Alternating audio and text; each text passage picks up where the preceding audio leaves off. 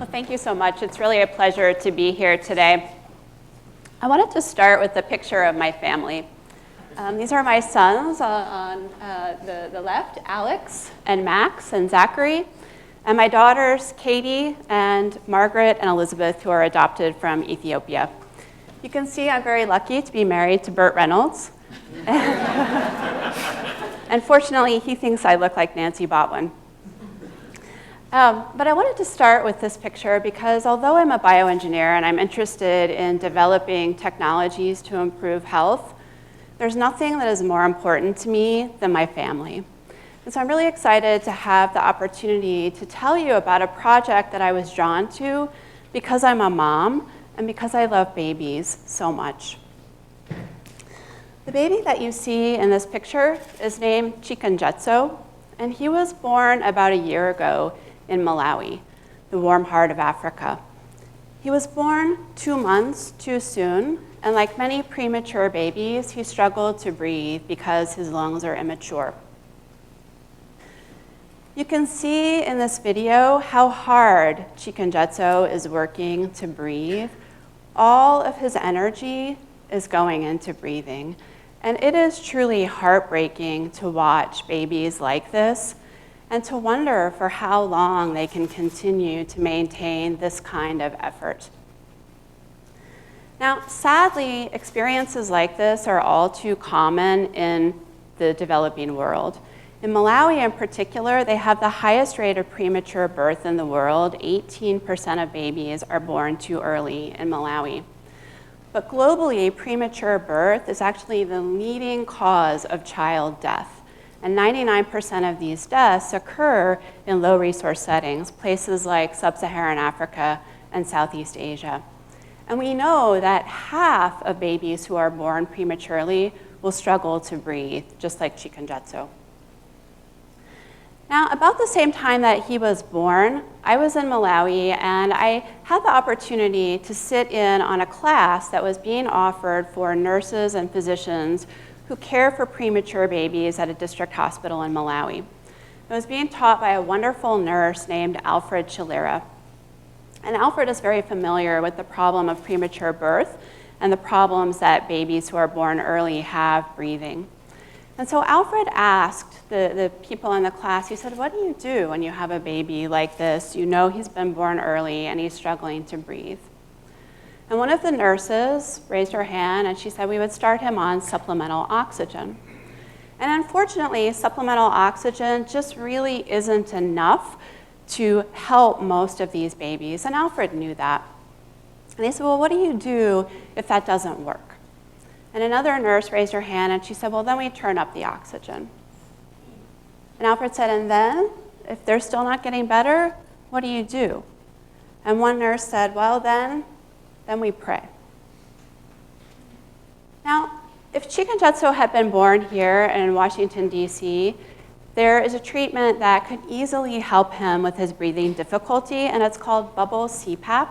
It stands for continuous positive airway pressure. And it's a really simple idea.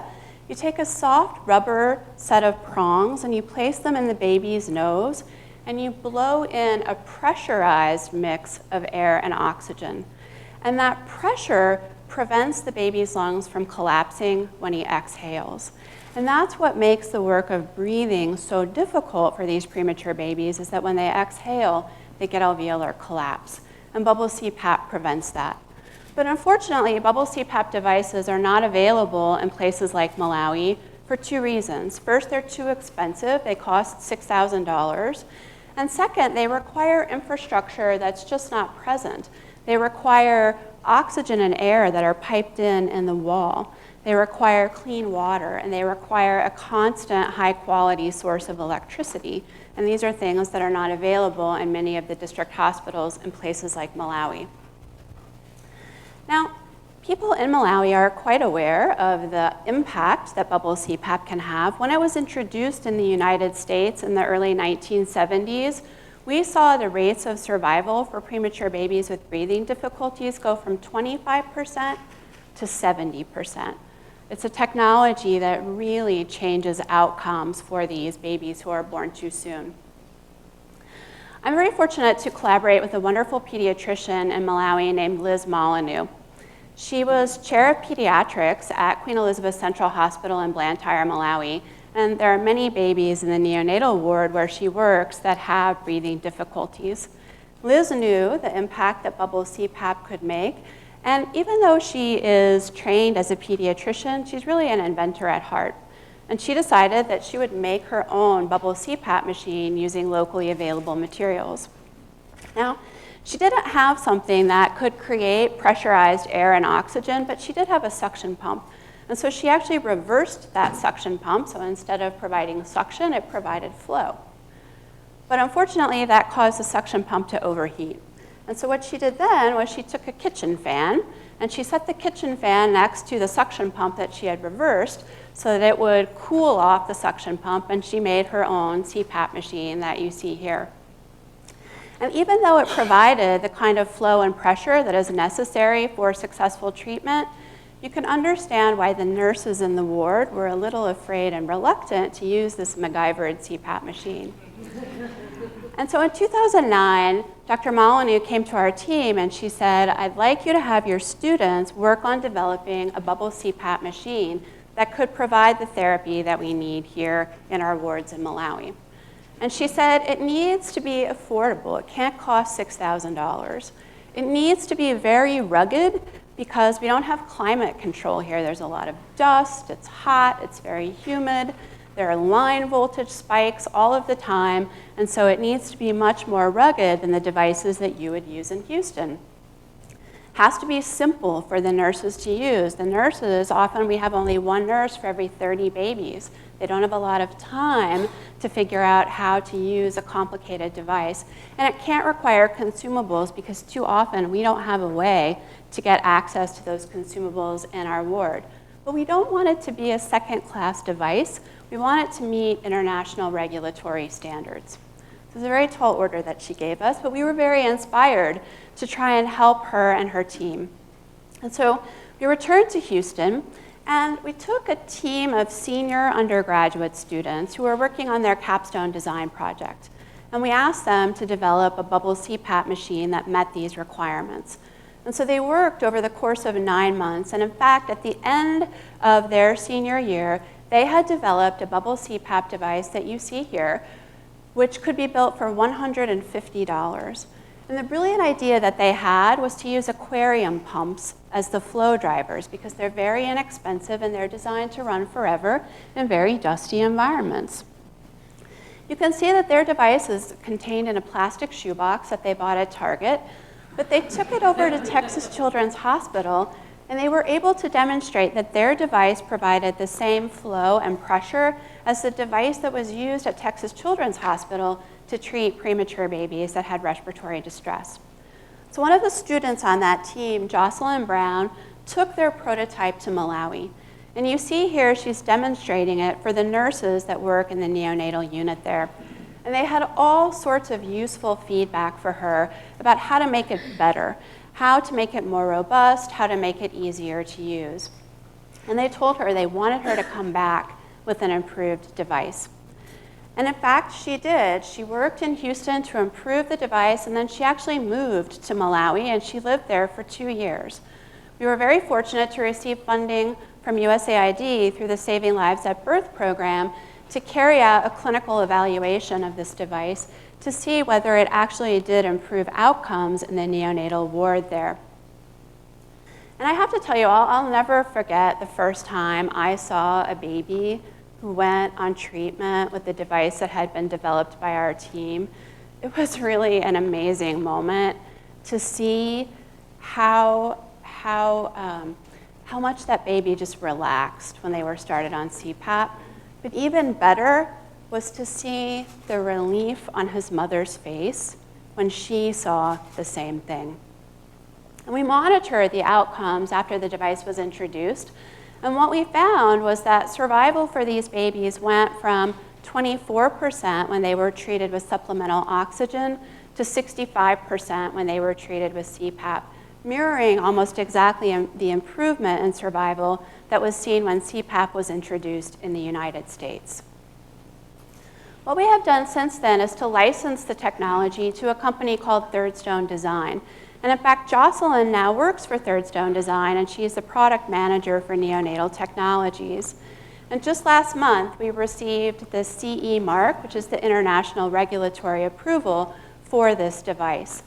There are now over 100 CPAP devices that have been installed at all the government, central, and district hospitals in Malawi.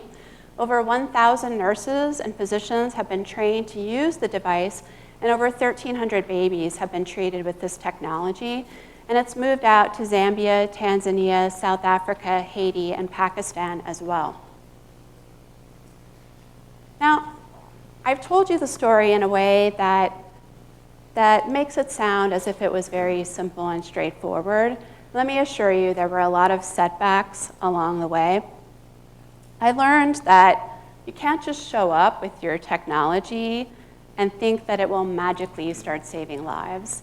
You have to work really hard to be part of a team to be sure that the technology is not just used, but it's used well. And I also learned that there are many technologies that are needed in the neonatal units of Malawi and other places like Malawi to be sure that all the needs of these newborns are met.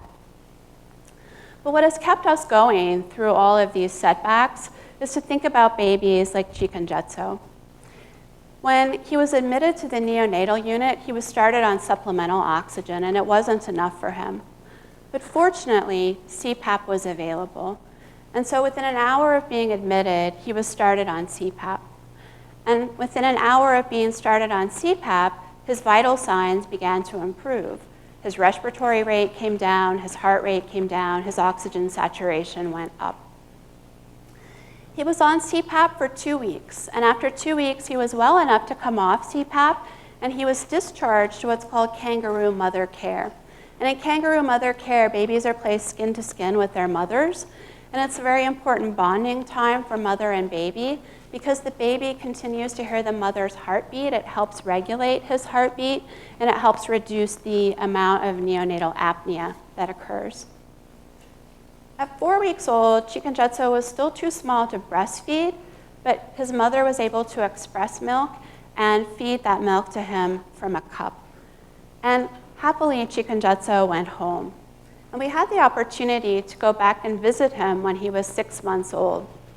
This is his mother, Esther, who of course is very thrilled that her baby is so healthy and so happy. The tradition in Malawi is not to name a baby before they come home from the birthing center or the hospital. So all during this time, Chikanjetso did not have a name. He was named when he came home by his mother's sister. His name, Chikanjetso, means victory, and she chose the name because she felt that God had conquered all of their problems. The other thing that has been a huge inspiration to our team is the wonderful CPAP nurses of Malawi, who have worked so hard to make sure that babies have the treatment that they need. And in fact, it's the nurses of Malawi who gave this technology its name, Pumani. Pumani means breathe restfully in Chichewa, the local language. And finally, for me, I think the biggest source of inspiration on this project has been the amazing young Malawian and American undergraduate inventors who are so motivated to try and develop technologies that can make a difference in the world. Just 2 weeks ago, I had the opportunity to visit this team of inventors in Malawi.